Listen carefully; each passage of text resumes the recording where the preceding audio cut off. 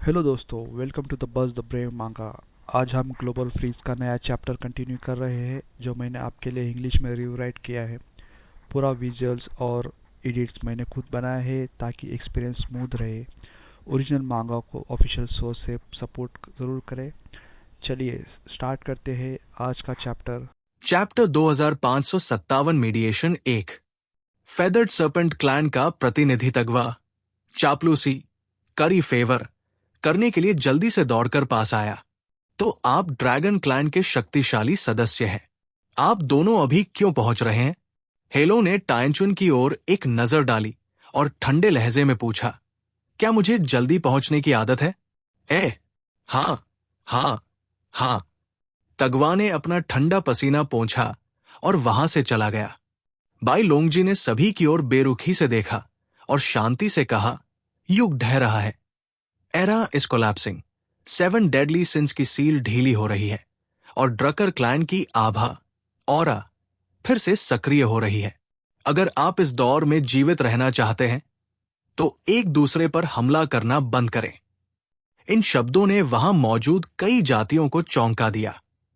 वे निश्चित रूप से जानते थे कि युगों के परिवर्तन, चेंज ऑफ एरास का क्या मतलब है, और वे 7 डेडली सिंस की किंवदंती को जानते थे। प्राचीन इतिहास में ड्रकर नाम जिस आतंक का प्रतिनिधित्व करता था उसका तो जिक्र ही क्या। हालांकि जब ये शब्द एक ड्रैगन के मुंह से निकलते हैं तो बात कुछ और होती है। ये ऐसी समस्या नहीं है जो हो सकती है, ये एक ऐसी समस्या है जो वर्तमान में हो रही है। ड्रकर परिवार के अस्तित्व के बारे में हर कोई जानता है, लेकिन जैसे हर कोई जानता है कि सूरज के पास जीने के लिए और 5 अरब साल है, कोई भी इसे बहुत गंभीरता से नहीं लेता है। लेकिन अगर कोई अथॉरिटी अचानक खड़ी हो जाए और आपको बताए कि सूरज 1 साल में बुझ जाएगा, तो क्या आप घबराएंगे? 7 डेडली सिंस ड्रकर क्लैन के साथ सबसे शक्तिशाली और अमर राजा, क्या वे दुनिया में फिर से प्रकट होने वाले हैं? हालांकि सील पहले भी ढीली हुई है, लेकिन इसे वास्तव में टूटने में अभी लंबा समय लगेगा। तब तक ये अनिश्चित है कि हम अस्तित्व में रहेंगे भी या नहीं। लेकिन ड्रैगन्स ने खुद ये कहा है, जिसका मतलब है कि वो दिन बहुत दूर नहीं है।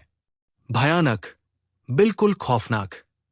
हेलोंग और बाई लोंगजी ने एक मुख्य बिंदु पर जोर दिया।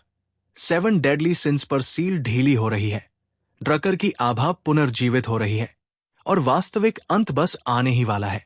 इसलिए इस मोड़ पर छठी पीढ़ी 6 जनरेशंस के विनाश में व्यस्त होना बेहद हास्यास्पद लगता है, क्योंकि 6 पीढ़ियां उनके अस्तित्व के लिए खतरा नहीं बनेंगी। एक बार जब ड्रकर के 7 डेडली सिंस पुनर्जीवित हो जाते हैं तो उनमें से किसी एक का प्रकट होना ही पृथ्वी पर 99% से अधिक जीवन को नष्ट कर देगा। हेलोंग युअनजिंग ने आगे कहा, अब आप जिसके लिए लड़ रहे हैं, क्या वो जमीन है या नए युग का प्रभुत्व, डोमिनेंस, या 7वीं पीढ़ी के लिए एंजल गाइड बनने की योग्यता? हालांकि ड्रकर के लिए इन सबका कोई मतलब नहीं है। उसकी नजर अबिस क्लैन के मॉनकाई पर पड़ी। तुम्हारी हरकतें भी उतनी ही अर्थहीन है।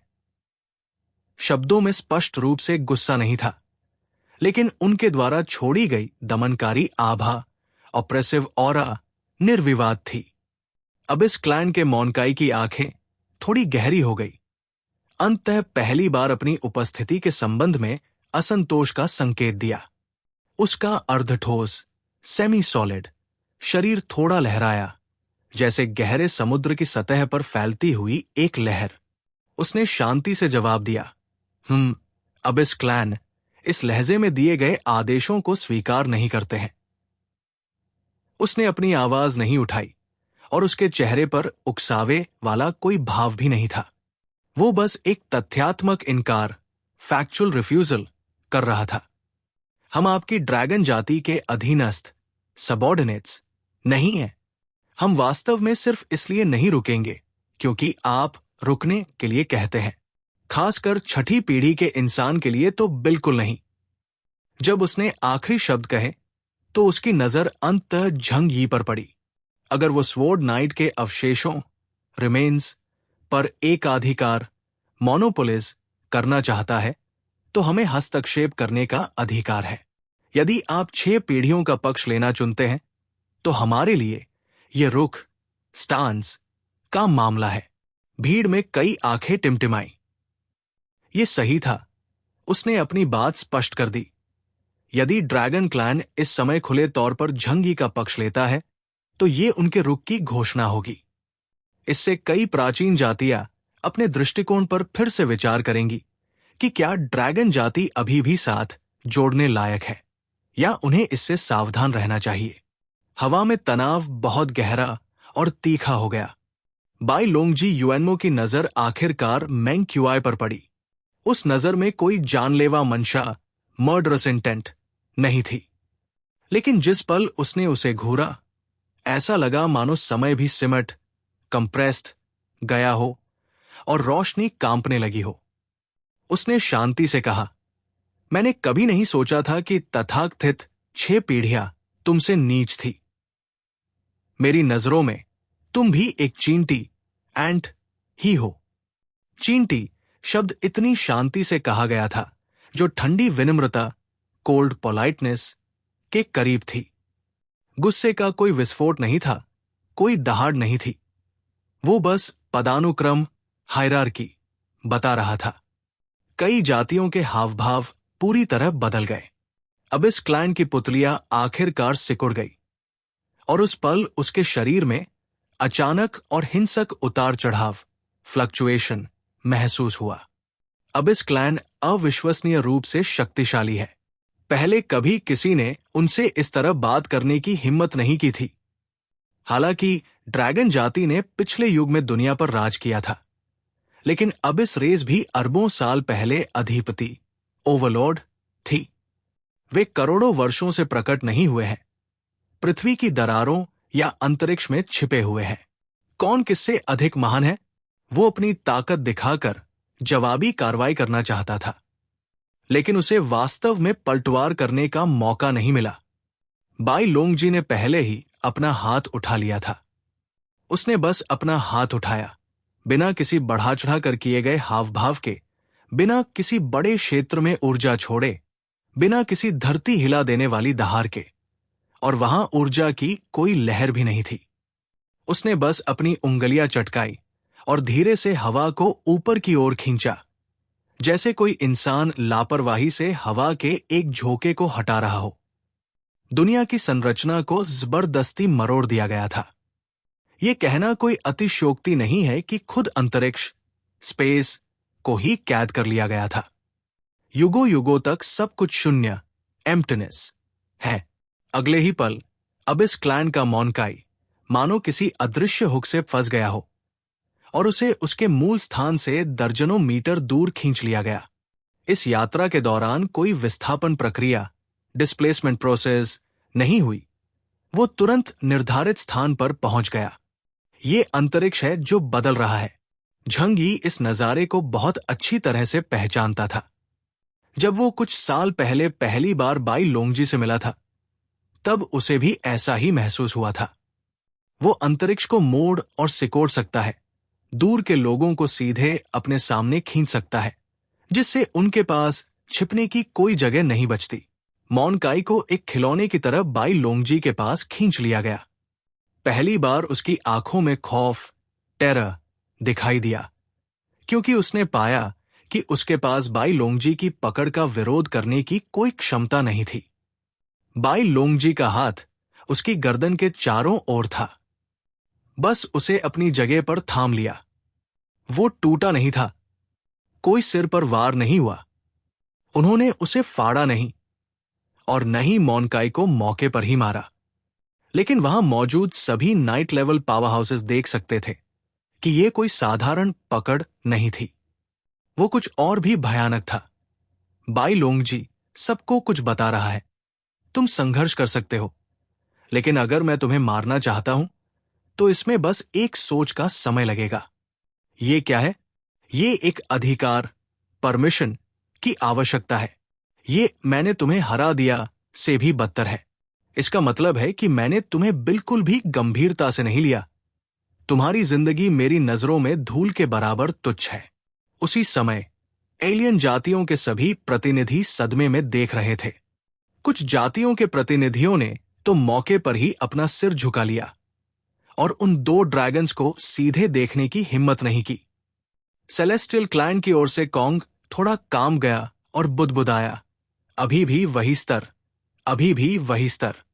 ड्रैगन कबीले की ताकत अभी भी भयानक है। ड्रैगन कबीले की तरह सेलेस्टियल क्लैन भी यी ह्यूएन कबीले की 5वीं पीढ़ी से संबंधित है। वायुमंडलीय जीव, एटमॉस्फेरिक क्रीचर्स, बादलों के ऊपर रहते हैं और बादलों और बारिश को नियंत्रित कर सकते हैं। इसलिए प्राचीन काल में कई लोगों का मानना था कि वे भी एक तरह के ड्रैगन थे। आयरनक्लैड क्लैन के गुशान ने सूखा थूक गटक लिया। उसका चेहरा असामान्य रूप से पीला पड़ गया। यहां तक कि झंगी, जिसने अभी अभी 4 नाइट लेवल पावर हाउसेस को दबाया था, उसके दिल की धड़कनें भी तेज हो रही थी। उसने अभी अभी अपनी आंखों से क्या देखा? बाई लोंगजी युएनमो ने बस हाथ बढ़ाया और अबिस क्लैन के मेंग क्यूआई को उठा लिया। वही शक्तिशाली जीव जिसने कुछ ही क्षण पहले उसका दम घून दिया था, उसे एक चूजे की तरह उठा लिया गया और उसके पास विरोध करने की कोई क्षमता नहीं बची थी। ये सब करने में बाई लोंगजी के चेहरे पर तनाव का कोई निशान नहीं था। अध्याय 2558 मध्यस्थता 2। ज़ांग यी ने एक गहरी सांस ली। उसने सोचा था कि उसे बाई लोंगजी की ताकत की बुनियादी समझ है, लेकिन अब ऐसा लगता है कि उसकी कल्पना अभी भी कुछ कम है। उसने कुछ फुसफुसाया भी। उसकी आवाज असामान्य रूप से गंभीर थी। इतने शक्तिशाली। हे लोंगयुआन ने यह सुना, अपना सिर उसकी ओर घुमाया और उसके मुंह का कोना थोड़ा मुड़ गया। वो मुड़ना कोई मजाक नहीं था, यह लगभग पहचान का एक रूप था। हालांकि ज़ांग यी को जल्द ही एहसास हुआ कि बाई लोंगजी का इतना शक्तिशाली होना कोई आश्चर्य की बात नहीं थी, क्योंकि ड्रैगन कबीले के पास एक फक्सी है। वो एक अमर जीव है जो पिछले युग से वर्तमान तक जीवित रहा है, जिसके पास असीम बुद्धि है। बाई लोंगजी के पास असाधारण प्रतिभा है और चूंकि फुक्सी ने कई वर्षों तक उसे व्यक्तिगत रूप से पाला पोसा है, इसलिए उसका इतना शक्तिशाली होना कोई आश्चर्य की बात नहीं है। बाई लोंगजी युआनमो का हाथ अभी भी मेंकी की गर्दन पर टिका था। उसने मोची को मारा नहीं।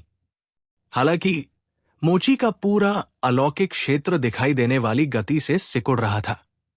उसका पाताल जैसा दमन, वो समुद्र जैसी शक्ति, मानो किसी अदृश्य हाथ से एक गेंद में निचोड़ी जा रही हो, फिर एक बिंदु में, और फिर उसके शरीर में दबा दी गई हो। इस दृश्य से ऐसा लगता है जैसे किसी ने जबरदस्ती पूरे समुद्र को पानी की एक बूंद में भर दिया हो। बाई लोंगजी तब बोले। उनका लहजा अब भी शांत था। ध्यान से सुनो, एक युग का अंत दुनिया का अंत नहीं है। एक युग का अंत एक चयन प्रक्रिया की शुरुआत है। कौन रुकता है, किसे हटा दिया जाता है, किसे साफ किया जाता है, किसका पुनर्चक्रण होता है, ये तय करना तुम छोटे कबीलों के हाथ में नहीं है। उसने सभी प्राचीन सभ्यताओं और जातियों के प्रतिनिधियों की ओर देखा। ये उत्पादों के उस बैच द्वारा तय किया जाता है। डकर्स, ड्रकर्स, वे जल्द ही वापस आ रहे हैं। उसने अपनी ठुड्डी को थोड़ा ऊपर उठाया, अपने आसपास इशारा करते हुए। अगर आप यहां एक दूसरे से लड़ना जारी रखते हैं और एक दूसरे को संसाधनों या युद्ध की लूट के रूप में इस्तेमाल करने के बारे में सोचते रहते हैं, तो जल्द ही उनके पास चुने जाने की योग्यता भी नहीं होगी, क्योंकि एक अधिक उन्नत सभ्यता की नजरों में आप एक छलनी के किनारे को छू भी नहीं सकते। पूरे कमरे में मौत जैसा सन्नाटा छा गया। ड्रैगन कबीले के 2 सर्वोच्च प्राणी नीचे आए और सफेद ड्रैगन राजकुमार की एक मामूली चाल से शक्तिशाली अबीस क्लैन सदस्य मेंकी एक मरे हुए कुत्ते की तरह बंध गया। इस ताकत ने वहां मौजूद सभी लोगों के मन में डर और सम्मान भर दिया। साथ ही ज़ांग यी और अन्य लोगों को देखने का उनका तरीका बदलने लगा। विदेशी जातियों के कुछ प्रतिनिधियों को अचानक एहसास हुआ और वे बुदबुदाए। कोई आश्चर्य नहीं कि केओस नाम का यह लड़का इतना आश्वस्त है। यहां तक कि स्वॉर्ड नाइट के अवशेष निकालने की हिम्मत भी रखता है। पता चला कि उसके पीछे एक शक्तिशाली सहारा है। अब हर कोई समझ गया है कि ज़ांग यी को ड्रैगन कबीले ने अपने गुट में से एक के रूप में स्वीकार कर लिया है। कई जातियों के प्रतिनिधियों ने अपने मन में एक फैसला किया। उन्हें भविष्य में ज़ांग यी द्वारा प्रतिनिधित्व किए गए हुआक्सू साम्राज्य के साथ कभी भी आसानी से संघर्ष नहीं करना चाहिए। आखिरकार ड्रैगन जाति की इच्छा को चुनौती देना मौत को दावत देने जैसा है। कई जातियों के प्रतिनिधियों ने जल्दी से अपना रुख बदल लिया। उनके चेहरे गंभीर और शांत हो गए। वे पीछे नहीं हटे।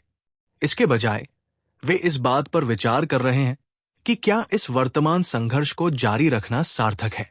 जवाब साफ है, ये इसके लायक नहीं है। जीवित रहना ही मायने रखता है। अभी इस क्लैन के मोची को सफेद ड्रैगन राजकुमार ने रिहा कर दिया और वो फिर से हवा में लटक गया। उसका शरीर अब भी थोड़ा कांप रहा था। उसके हाव भाव बेकाबू नहीं हुए, लेकिन आखिरकार उसकी आंखों में एक दुर्लभ उदासी दिखाई दी। उसने एक पल के लिए ज़ांग यी को घूरा। उसकी नजर शांत और केंद्रित थी, मानो वो इस छठी पीढ़ी के मानव के मूल्य का फिर से आकलन कर रहा हो। फिर उसने अपनी धमकियों को जारी नहीं रखा। उसने बस उस गहरे समुद्र जैसे दबाव को वापस ले लिया और चुप रहा। मोची की ठंडी नजर से घूरने के बाद ज़ांग यी का दिल धड़कने लगा। ऐसा लगता है कि उसने अभी इस क्लैन के इस शक्तिशाली सदस्य को पूरी तरह से नाराज कर दिया है। मोची बाई लोंगजी द्वारा किए गए अपमान के लिए ज़ांग यी को दोषी ठहराएगा, लेकिन ज़ांग यी को पछतावे की कोई बात नहीं थी। आखिरकार मेंग की ही था जिसने पहले हाथ मारा था। अब जबकि बाई लोंगजी ने उसे सबक सिखाया था, वो इसी के लायक था। नाइटमेयर क्लैन का सदस्य यी नियान अभी भी जमीन पर घुटने टेके हुए था। काला कोहरा कांप रहा था। उसकी मानसिक स्थिति फिर से शुरू होने की कोशिश कर रही थी, लेकिन हर बार लिंग की नजर उसे वापस वही धकेल देती थी। उसके दांत आपस में पिस रहे थे, जो साफ तौर पर अपमान की भावना से था। कोई धीरे से हंसा। उनकी खुशी छिपी नहीं थी। इसे याद रखना, स्वॉर्ड नाइट के अवशेष तुम्हारे छूने के लिए नहीं है। लिंग ने फिर धीरे से अपना सिर घुमाया और अपनी नजर हटा ली। अचानक उसने सांस ली। उसके माथे से ठंडा पसीना टपक रहा था। वो किसी पाताल से बाहर निकाले गए डूबते हुए व्यक्ति जैसा लग रहा था। उसने शोध, रिसर्च के लिए शोर मचाना जारी नहीं रखा, बल्कि ज़ांग यी को एक गहरी, जटिल नजर से देखा। वो नजर सिर्फ नफरत नहीं थी, बल्कि एक ठंडा आकलन था।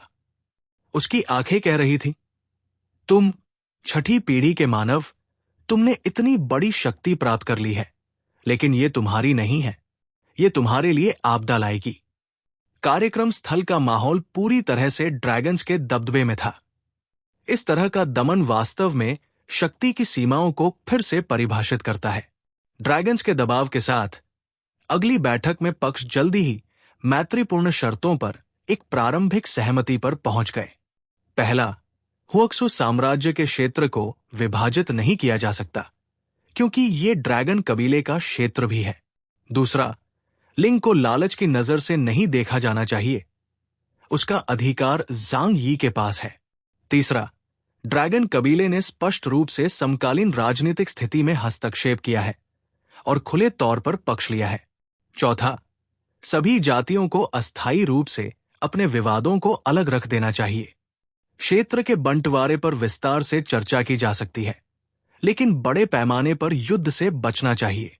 ऐसा इसलिए है क्योंकि भविष्य में उनका असली दुश्मन छठी पीढ़ी के मानव नहीं, बल्कि डुक, द्रिक, देवता है।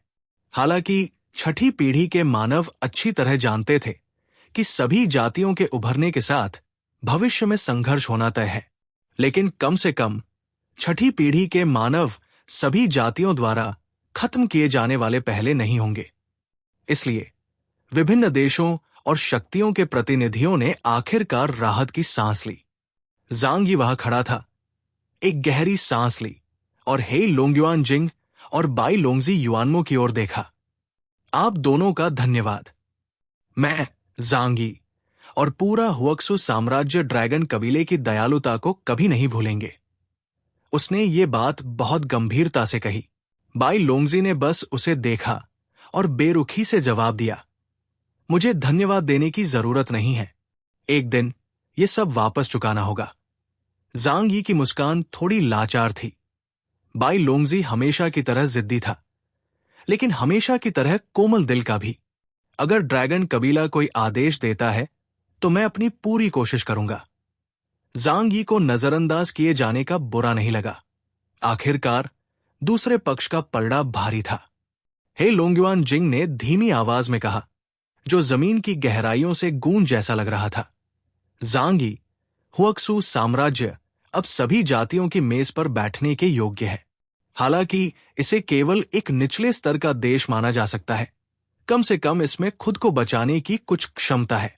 ड्रैगन्स हमेशा तुम्हारी रक्षा नहीं कर सकते। इसके बाद ये इस बात पर निर्भर करता है कि तुम कब तक टिके रह सकते हो। तुम जितने लंबे समय तक टिके रहोगे, उतने ही लंबे समय तक जीवित रहोगे। अगर तुम नहीं टिक पाए तो वो दूसरी बात है। जांग यी कुछ हैरान था।